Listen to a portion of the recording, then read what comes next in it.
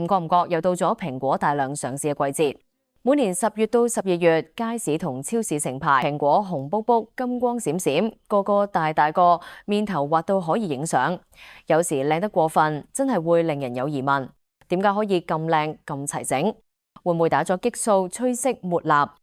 其實呢啲擔心唔算多餘，因為商業種植為咗賣相、為咗耐放，確實可能用到植物生長調節劑或者保鮮處理。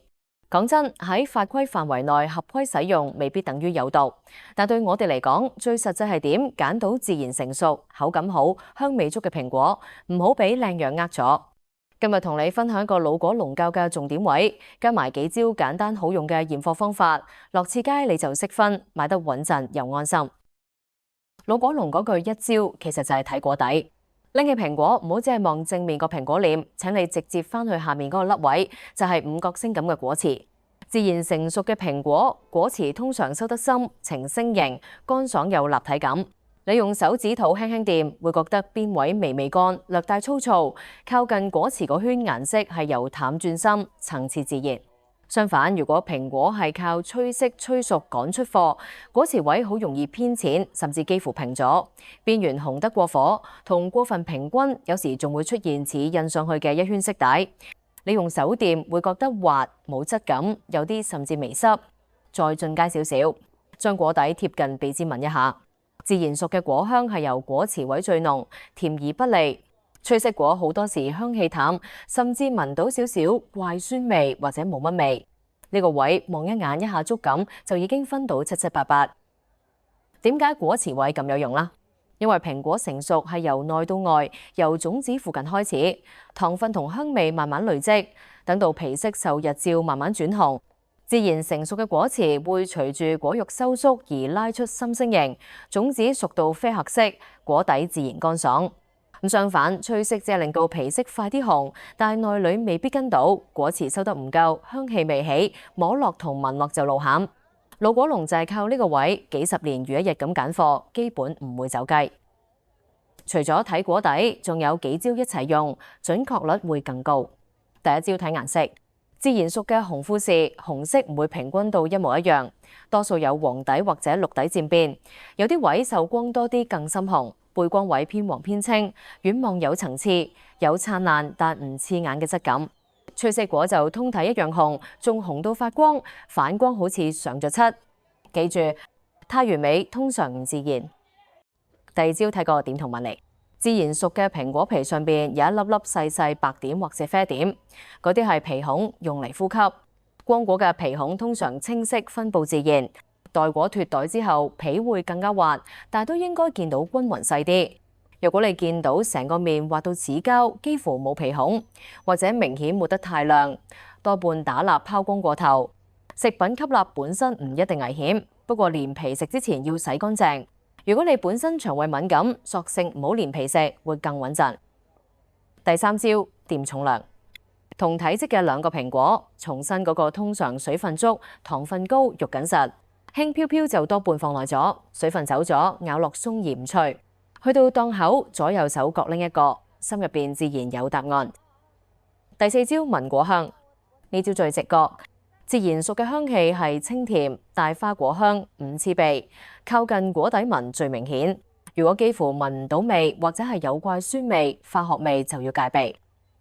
第五招輕敲聽食，手指關節輕輕敲果面。自然熟而緊實嘅蘋果會發出清脆突突聲，過熟、受傷或者放到內裏沖咗嘅聲音會啞齒得得。呢招要多試幾次就上手。第六招睇果底，即係蘋果頂部連樹枝嗰條蒂，新鮮嘅果蒂淡綠到淺啡，富彈性，放耐咗會乾黃黑，一扯就甩。仲有個小細節，有啲催色果，果蒂周邊顏色過深，冇漸變，好似染咗咁。自然熟通常過度有禍。第七招睇果底色，大同收口。除咗星形深淺，你可以望下星形外圍有冇硬邊。自然熟係暈染，經藥劑催色或者待果脫袋之後急速補光，有機會形成一圈分界清楚嘅色帶。收口如果硬、平甚至突，多半未真正熟透。講多少少背景知識，等你心安。坊間成日講激素，其實喺農業上大多係指植物生長調節劑，例如乙烯釋放劑、赤霉素等等。呢啲嘢喺合規用量下未必等於毒藥，但問題喺於早採催色會令到口感、香氣、營養打折，仲可能為咗賣相過度拋光。對消費者嚟講，我哋重點唔係去驗藥殘，而係如何揀到自然熟、味道好嘅果。所以上面嗰套望聞問切就最實際。有時你會見到糖心蘋果切開中間透明，好似結咗糖。好多朋友以為加糖，其實唔係。喺晝夜溫差大嘅地方，樹上自然熟嘅蘋果會出現水心糖心現象，係果糖集中喺種子附近位置嘅自然結果。呢類蘋果通常極甜香，但唔太耐放，買咗記得快啲食。相反，催熟果就好少見到靚糖心。再講講品種差異，費得你錯怪好蘋果。紅富士多數皮厚，顏色層次豐富；加拿偏早熟，顏色紅黃交錯。青蘋果即使自然熟，都係青中帶黃，唔會變紅。所以你要按品種理解佢應有嘅靚樣，唔好用同一把尺。嚟到清洗，其實唔使用洗潔精，因為洗潔精本身係化學清潔劑，處理唔好反而多一重殘留。最穩陣做法，流動清水沖，軟毛刷輕刷。想連皮食就再用微暖鹽水、梳打粉水浸3至5分鐘，再沖淨抹乾。面層蠟若然好厚，你可以熱毛巾抹一抹先再刷，效果更好。連皮食嘅好處係有膳食纖維、花青素同抗氧化物，清潔正確下連皮食係加分。保存都係學問，蘋果中意涼爽乾燥，屋企嘅做法係每個用保鮮袋單獨套住，袋上叉幾個細孔透氣，放雪櫃疏果格大概3至5度，冇同香蕉、梨、牛油果一齊擺。蘋果釋放嘅熱氣會催熟其他水果，彼此拉衰。如果你買返嚟仲未夠香，放室內陰涼位1-2日，等佢回溫。太耐會起斑，記住見色食色，唔好傳到變粉。有啲朋友問，買蘋果係咪一定要越大越好？其實未必。極大果有時係蔬果，肥水充足嘅結果唔等於差。但若果大到比例奇怪，皮薄得離譜，果心特別大，就未必好食。一般嚟講，中大碼更穩陣，甜度、脆度、香氣較平均。買嘢嘅時候，記住重、實、香色自然呢4個字，絕大多數情況都啱。再同你分享幾個實戰場景。第一，超市燈光好猛，任何嘢都會靚3分。你可以行去冇直射光嘅位置再睇色差，或者用身體遮光，觀察皮色係咪過度均勻。第二，散裝特價區唔係一定唔好，但多半係全倉內外觀有瑕疵或者撞花果，買得就要更小心果瓷、果蒂、重量、香味4關。第三，網購蘋果，收貨即驗，覺得唔對路要即時反映，因為蘋果需耐放，但催熟感覺一咬就知，唔好勉強收貨。講到唔好被辣嚇親，所有蘋果皮面都有一層天然果蠟，係蘋果自己分泌，作用係鎖水同保護。人工保鮮蠟分好多等級，有啲係食品級，合理使用係合規。不過你作為消費者冇辦法判斷用咗乜嘢，所以操作層面最簡單，徹底清洗。介意就唔好連皮食。咁真正要避嘅係濃烈化學味、表皮異常亮、果瓷異常淺呢啲信號，嗰種往往係賣相大過內涵。咁再補充個簡單小測試，屋企試就得。切一個蘋果，睇種子顏色，成熟種子應該啡黑色。若果係奶白或者淺黃，多半係未完全成熟就摘落嚟。呢招喺買之前做唔到，但可以用嚟驗證你嘅挑選技巧。如果你揀翻嚟嘅一批切開都係啡黑種子，恭喜你手勢準。仲有一樣好多人忽略碰實，蘋果好睇，但係其實唔內臟，輕輕撞過，表面未必有印，但裏邊會出暗霜，放1-2日開始變啡，口感變粉。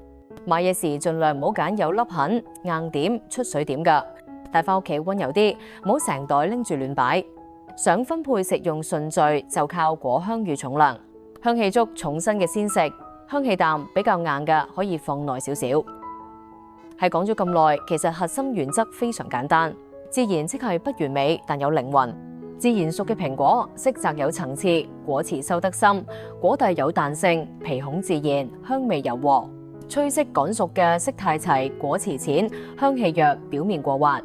你未必要變專家，但每次買之前翻轉個蘋果睇一眼果詞，聞一聞香味，掂一掂重量，已經贏90%人。老果農嗰句睇果底就知70%，依家傳咗俾你。最後講講食法，順便加強你對好蘋果嘅感覺。